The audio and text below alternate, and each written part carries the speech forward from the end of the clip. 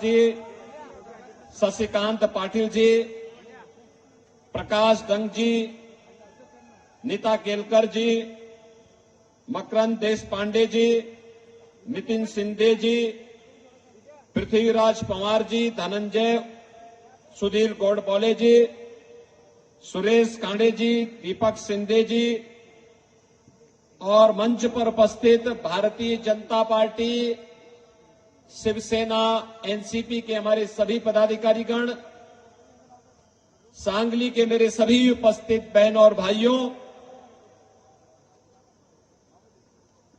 ये महाराष्ट्र की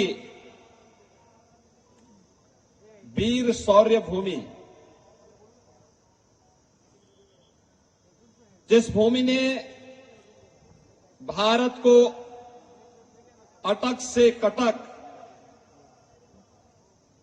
तक का एक सीमा विस्तार देने में महती भूमिका का निर्वहन किया है, ऐसी पावन धरा को मैं कोटि कोटि नमन करते हुए आप सबका मैं हृदय से अभिनंदन करता हूं। बहनों और भाइयों, सांगली की भूमि शौर्य और पराक्रम की भी है, कला संस्कृति की भी है, यहां के अन्नदाता मेहनत कश किसान भी है और युवा ऊर्जा से उत्प्रोत हमारा नौजवान भी है। अपनी विरासत पर गौरव की अनुभूति करके आगे बढ़ता है, भारत की परंपरा को मजबूती प्रदान करने का कार्य करता है। और इसीलिए जब महाराष्ट्र के अंदर मुझे आने का अवसर प्राप्त हुआ तो मैं सांगली में भी आप सबसे लोकतंत्र के इस महापर्व पर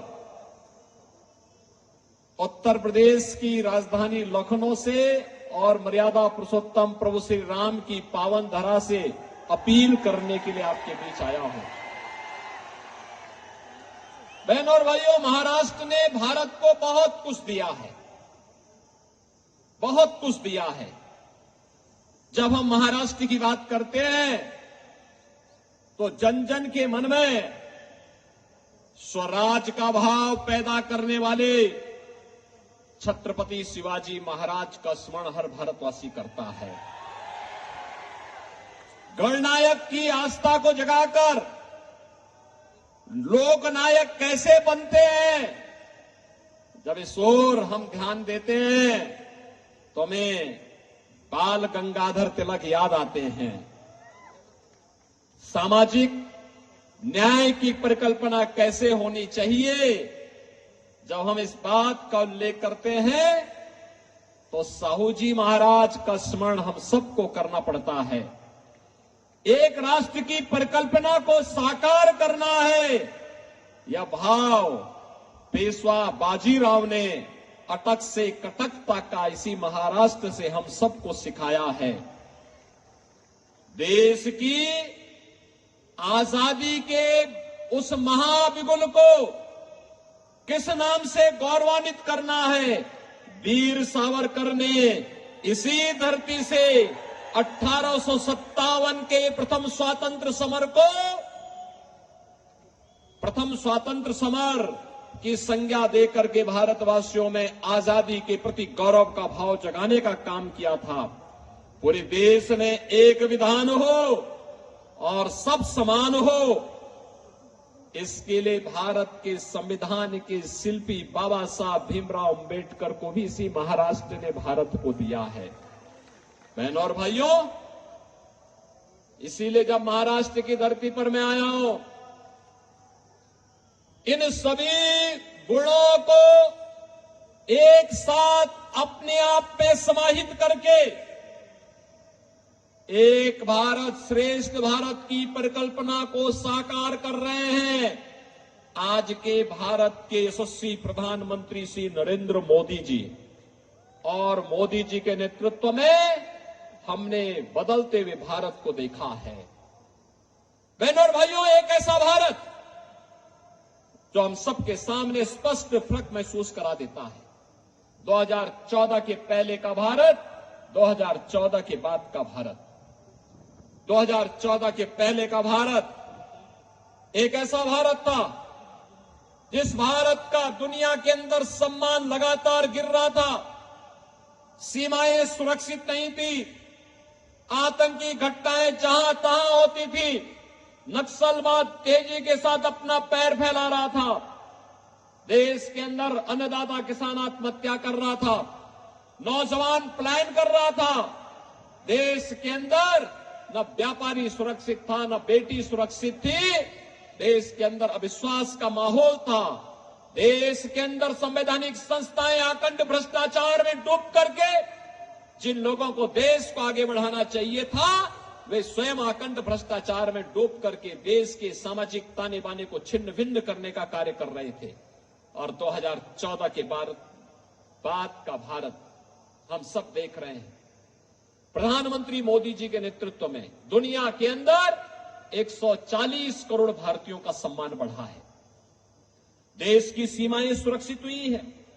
अब कोई देश भारत की सीमा में अतिक्रमण नहीं कर सकता, कोई देश भारत की सीमा में अतिक्रमण नहीं कर सकता। आतंकवाद समाप्त हुआ है, नक्सलवाद तेजी के साथ समाप्त हुआ है।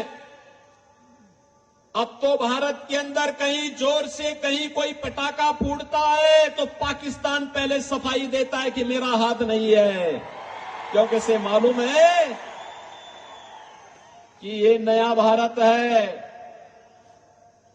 छेड़ता नहीं है, लेकिन कोई छेड़ता है तो उसको छोड़ता भी नहीं है। बहनों और भाइयों, ये वही भारत है और यह नया भारत मोदी जी के नेतृत्व में आपके आशीर्वाद से ये नया भारत आज दुनिया का सिरमौर बन रहा है, दुनिया की सबसे बड़ी तेजी के साथ उभरती हुई अर्थव्यवस्था के रूप में आगे बढ़ रहा है। आज भारत के अंदर अन्नदाता किसान आत्महत्या नहीं करता है, अन्नदाता किसानों को प्रधानमंत्री किसान सम्मान निधि मिलती है। नौजवान पलायन नहीं करता है, नौजवान के लिए पीएम स्टार्टअप की योजना है, पीएम स्टैंड अप की योजना है, पीएम मुद्रा की योजना है। मिशन रोजगार के अंतर्गत प्रधानमंत्री मोदी जी स्वयं नौजवानों के लिए कार्य कर रहे हैं। महिलाएं असुरक्षित नहीं, बल्कि अब तो उनके सशक्तिकरण के लिए 3 करोड़ ड्रोन लखपति दीदी बनाने के लक्ष्य को लेकर के प्रधानमंत्री जी ने अपने अभियान को तेजी के साथ आगे बढ़ाया है। बहनों और भाइयों, ये वही भारत है जिसने 10 वर्ष के अंदर लोगों को दिखाया है कि देश की विपत्ति में कैसे सहयोग किया जाता है। याद करिए, इस देश पर आपने राहुल गांधी को भी देखा होगा। जब भी देश पे संकट आता है, देश में कोरोना का संकट आया, देश में कोई आपदा आई, राहुल गांधी सबसे पहले देश छोड़ करके भागते हैं। आपने देखा होगा, कोविड आया था, वो इटली चले गए। देश के अंदर कहीं कोई आपदा आती है, अर्थक्वेक आता है, कहीं कहीं पर फ्लड आती है, वह छोड़ करके फिर इटली भाग जाते हैं। बहनों और भाइयों, जब इटली ही जाना है तो कहे चुनाव में आप यहां समय बर्बाद करते हैं, जाओ ना इटली में ही रहो। भारत के बाहर जाएंगे, भारत की निंदा करेंगे और भारत के अंदर आएंगे तो भारत को ऐसे बनाने का प्रयास करेंगे जैसे इनकी बपोती हो भारत। बहनों और भाइयों, ये नया भारत है। मोदी जी के नेतृत्व में 80 करोड़ लोग फ्री में राशन की सुविधा का लाभ प्राप्त कर रहे हैं।